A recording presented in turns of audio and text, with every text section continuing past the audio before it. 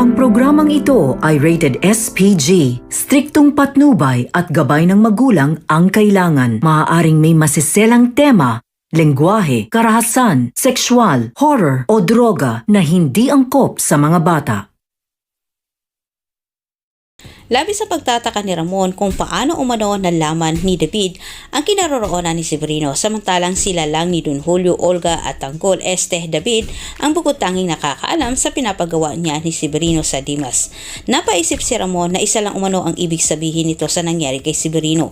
Hinarangan umano ni David ang impormasyong nakuha ni Severino na dapat makarating sa kanya. Nararamdaman ni Ramon na may ahas umano na umaaligid sa kanya kaya't nalaman nito ang kanyang pinapagawa kay Severino. Suspetsa ni Ramon malapit umano sa kanila ang ahas na ito at sinabi sa isip ni Ramon na kinakailangan umano niyang malaman sa lalong madaling panahon kung sino ang nasabing ahas.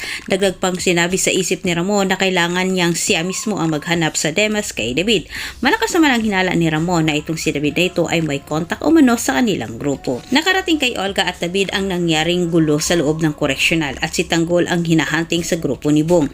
Nanggigigil sa galit itong si Olga nang malaman niya na buhay pa itong si Tanggol at hindi umano mamatay-matay. Kahit pinagtutulungan na umano ito sa grupo ni Bong.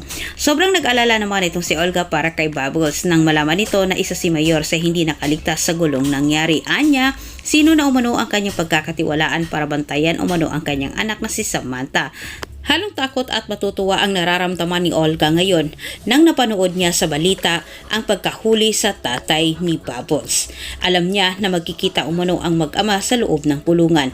At dito po nagtatapos ang ating advance episode. Huwag mong kalimutang mag-subscribe. Antabayanan po ninyo ang susunod dating advance episode update. Muli maraming salamat and God bless.